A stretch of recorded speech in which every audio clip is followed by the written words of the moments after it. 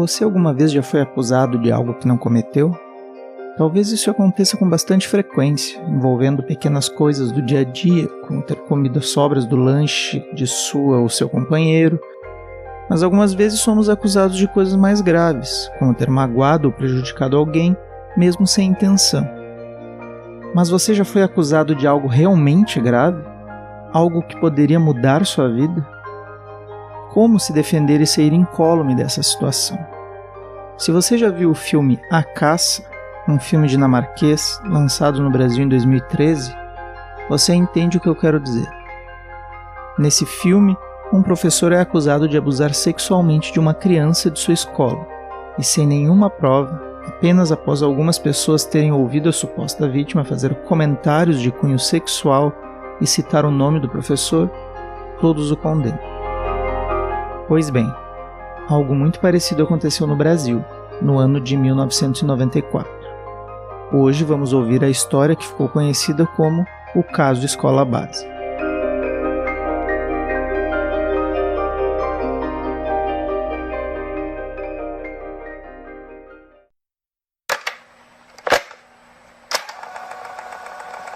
Olá, meu nome é Guilherme Galvão e esse é mais um episódio do Funil de Histórias.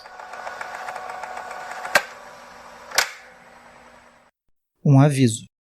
Esse episódio pode conter a descrição de cenas fortes e não é recomendado para pessoas sensíveis.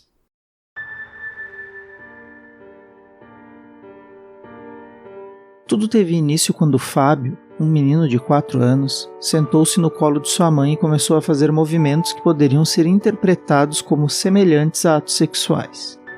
Para Lúcia, a mãe do menino, estava claro: seu filho estava imitando algo que havia presenciado. Ela então começou a fazer uma série de perguntas para Fábio e chegou à conclusão de que ele havia aprendido aquelas coisas feias assistindo uma fita de videocassete que um adulto tinha lhe mostrado.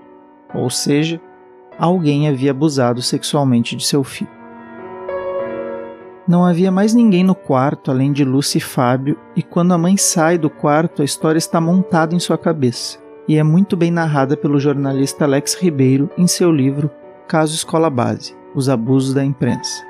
Abre aspas. O fato é que ela saiu de lá dizendo que o menino revelara barbaridades. A fita pornográfica ele a teria visto na casa de Rodrigo, um coleguinha da escola base. Um lugar com portão verde, jardim na lateral, muitos quartos, cama redonda e aparelho de televisão no alto. Seria levado a essa casa em uma perua Kombi, dirigida por Shimada, o Aires, marido da proprietária da escolinha. Fábio teria sido beijado na boca por uma mulher de traços orientais e o beijo fotografado por 3 homens: José Fontana, Roberto Carlos e Saulo, pai de Rodrigo. Maurício, marido de Paula, sócia da escolinha, teria agredido o pequeno a tapas. Uma mulher de traços orientais faria com que ele virasse de bruços para passar mertiolate e pomada em suas nádegas. Ardia muito, foi o que o garoto disse à mãe. E uma mulher e um homem ficariam colados na frente dele. Outros coleguinhas de Fábio teriam participado da orgia: Iracema, Rodrigo e Cibele. Fecha aspas. Como Lúcia chegou a essas conclusões após uma conversa com seu filho de 4 anos, não temos como saber. Mas o fato é que ela entrou em contato com Cléa, mãe de Cibele, que junto com seu marido e cunhada foram saber se a menina contava alguma coisa. Cibele, em um primeiro momento, não falou nada. Mas após os adultos contarem a ela a história de Fábio e perguntarem se era verdade, a menina confirmou a história. A partir desse momento, para os adultos envolvidos na história não havia mais dúvidas. Então resolveram procurar a polícia. A Escola de Educação Infantil Base era uma escolinha localizada no bairro da Aclimação, em São Paulo, e desde 1992 era comandada por Ikushiro Shimada e Maria Aparecida Shimada. O casal havia assumido uma escolinha prestes a fechar, com apenas 17 alunos e chegado ao ano de 1994 com 72 estudantes. Além do casal Shimada, Paula, que era professora, também era sócia e casada com Maurício, o motorista da Kombi que buscava as crianças em casa. todos eles acabariam envolvidos nessa história que tomaria proporções acima do esperado pelos investigadores. No dia 28 de março de 1994, uma segunda-feira, Cléia e Lúcia dirigiram-se à delegacia e o delegado plantonista, Antônio Primanti, após conversa com as mães, encaminhou as duas crianças para um exame de corpo de delito no Instituto Médico Legal, além de conseguir um mandado de busca e apreensão para entrar na casa de Mara e Saulo, pais de Rodrigo, onde supostamente teriam ocorrido os abusos. No entanto, nada parecido com a descrição dada por Fábio e confirmada por Cibele foi encontrado no local. A cama não era redonda e nenhuma fita de vídeo foi encontrada com conteúdos eróticos ou pornográficos. Uma busca também foi feita na escola, e como os responsáveis não tinham nada a temer, não ofereceram nenhuma resistência quando a polícia chegou ao local. Após não encontrarem nada minimamente suspeito, nem na escola e nem nas conversas com os acusados, a polícia saiu do local abismada com tal acusação e acreditando que tudo se resolveria rapidamente, pois o que existia era apenas um relato sem nenhuma prova. Mas não podiam estar mais enganados. As mães das crianças supostamente abusadas não ficaram satisfeitas com a resposta que a polícia havia lhes dado e decidem procurar a imprensa. É nesse momento que a narrativa sai do controle e se transforma em um dos casos mais vergonhosos da história da imprensa brasileira. Foi a partir de terça-feira, 29 de março de 1994, que muitos veículos de imprensa decidiram que o Brasil inteiro deveria saber do escândalo que acontecia na escola base. Afinal, duas mães afirmavam que seus filhos haviam sido abusados por pessoas que deveriam zelar por eles. Bastou a presença de um repórter da Rede Globo na delegacia, com a denúncia, para que os primeiros acusados fossem interrogados. A partir desse momento, a pressão sobre os acusados começou a ser imensa e um dos envolvidos alegou que sofrera tortura por parte da polícia. À noite, o Jornal Nacional noticiava a denúncia das mães, sem dar espaço para a versão dos acusados, nem noticiar o fato de que não existia prova alguma que confirmasse a história. Mas um indício já estava disponível e cairia como uma bomba ao ser noticiado em um jornal de alcance nacional. O exame realizado em Fábio já havia sido enviado pelo IML e apontava para uma possível prática de atos libidinosos. Foi o que bastou para que no dia seguinte, 30 de março, começassem as manifestações. Durante a madrugada, um coquetel molotov foi lançado na escola e só não teve grandes consequências porque um funcionário que dormia no local conseguiu apagar as chamas. Nesse mesmo dia, jornais e revistas publicam as histórias dos abusos. Jornalistas fazem plantão na casa dos acusados e as emissoras de TV passam o dia reproduzindo os depoimentos com o sofrimento das mães. Os jornais começaram a aceitar e publicar qualquer denúncia sobre os acusados sem nem ao menos investigar os fatos. Histórias envolvendo o uso de drogas que seriam ministradas para as crianças praticarem os atos começaram a circular e nada do que saiu na imprensa durante aqueles dias foi confirmado no inquérito policial. Mas os leitores e espectadores não ficavam sabendo que tudo era mera especulação em busca de audiência. Na Folha da Tarde, de quinta-feira, a manchete era essa, abre aspas. Peru escolar carregava crianças para a orgia, fecha aspas.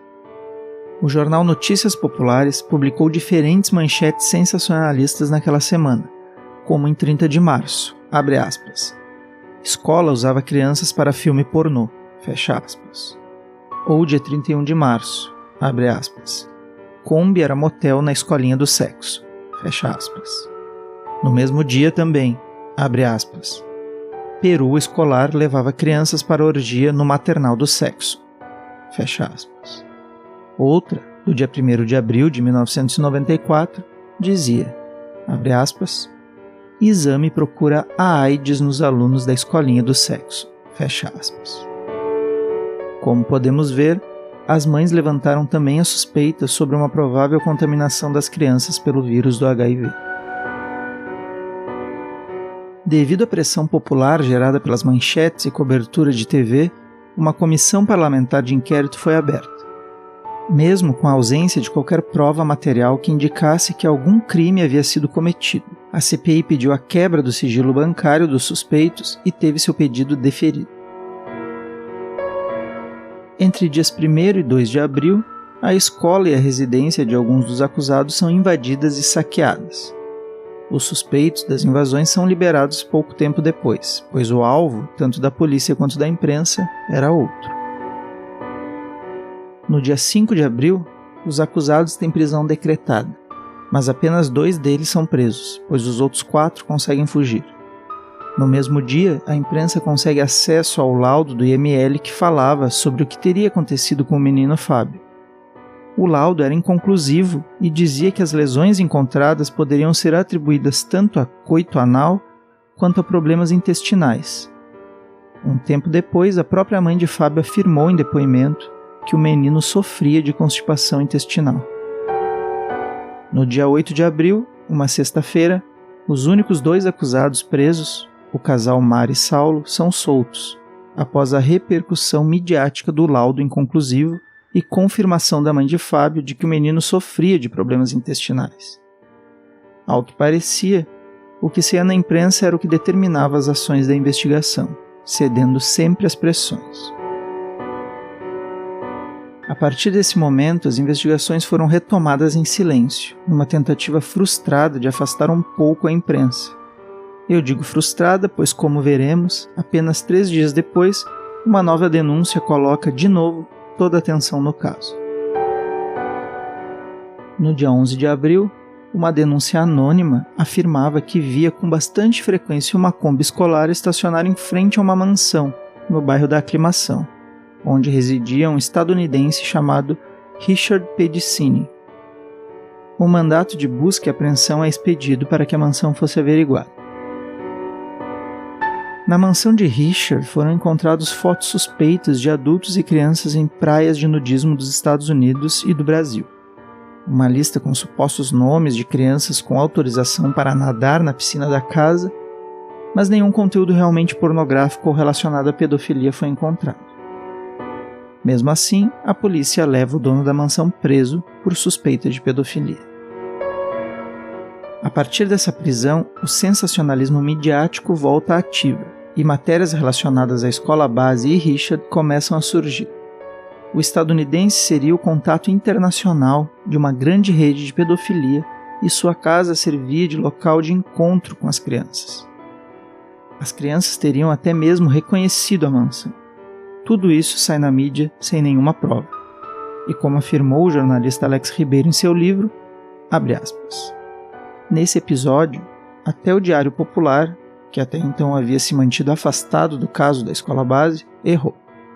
Assumiu a suspeita como verdadeira no título. Americano fazia fotos eróticas com crianças. E publicou equivocadamente que na casa de Richard encontraram-se fotos de adolescentes mantendo relações sexuais. Fecha aspas. Todo o estardalhaço sobre a relação de Richard com o caso escola base durou 9 dias, quando ele foi solto por falta de provas, sem ter qualquer ligação com o caso. Após mais esse frenesi midiático, muitas testemunhas a favor dos acusados começaram a aparecer, e o caso, que já não apresentava nenhuma evidência material, começou a se desfazer sozinho. No dia 22 de junho de 1994, o delegado Gerson de Carvalho concluiu que os 6 indiciados eram inocentes. Uma análise sobre o inquérito do caso começou a ser feita na tentativa de entender, após tantas desinformações que apareceram nos jornais, o que afinal aconteceu. Após a análise de psicólogos sobre os depoimentos, chegou-se à conclusão de que a mãe de Fábio, quem iniciou todo o caso, tinha sérios problemas para lidar com a sexualidade infantil, apresentando medo ao falar do assunto, fantasiando e aumentando a importância de gestos e atitudes de seu filho, além de não suportar a ideia de que ele poderia desenvolver sua sexualidade sozinho tão cedo.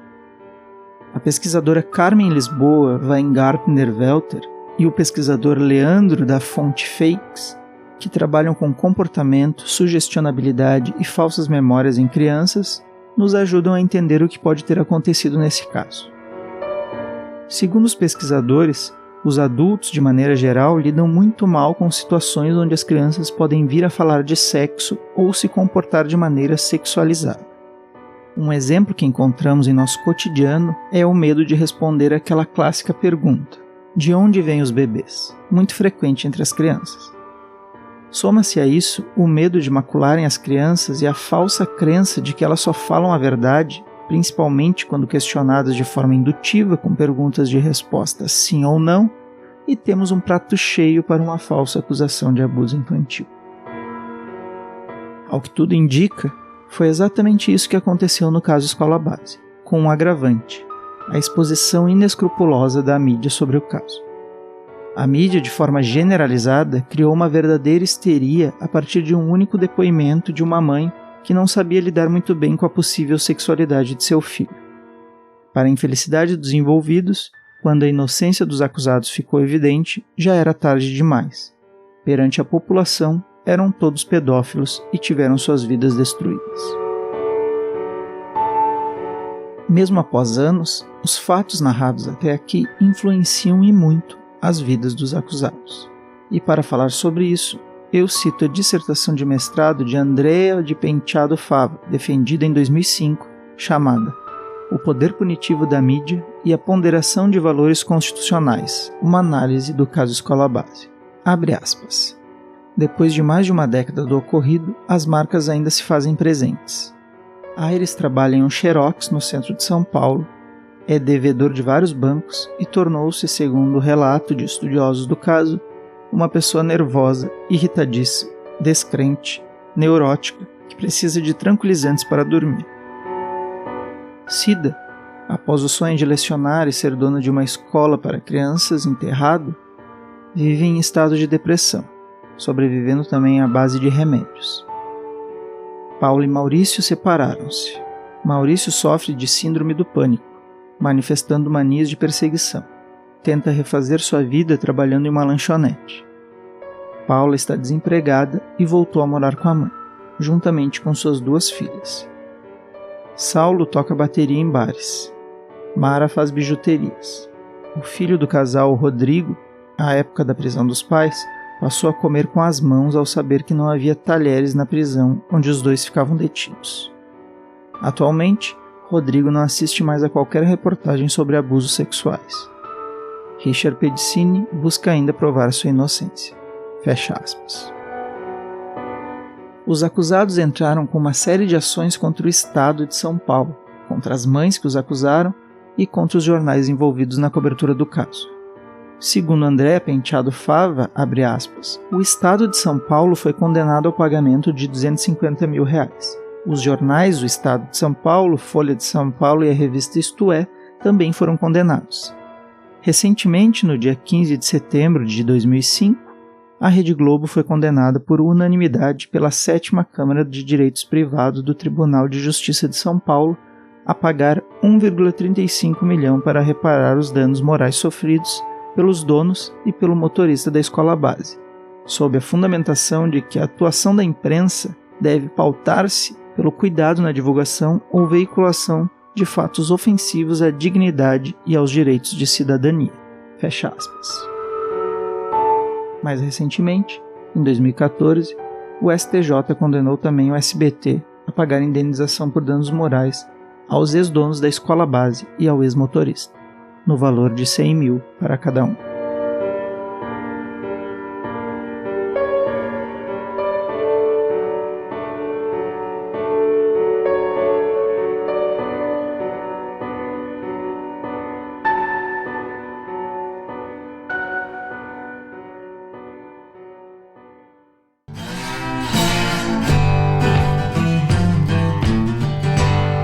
Se você gostou dessa história, divulgue Funil de Histórias, curta, compartilhe em suas redes sociais, se inscreva no canal e deixe suas sugestões para um próximo programa. Quem sabe sua história não aparece aqui. Abraço e até a próxima. Tchau!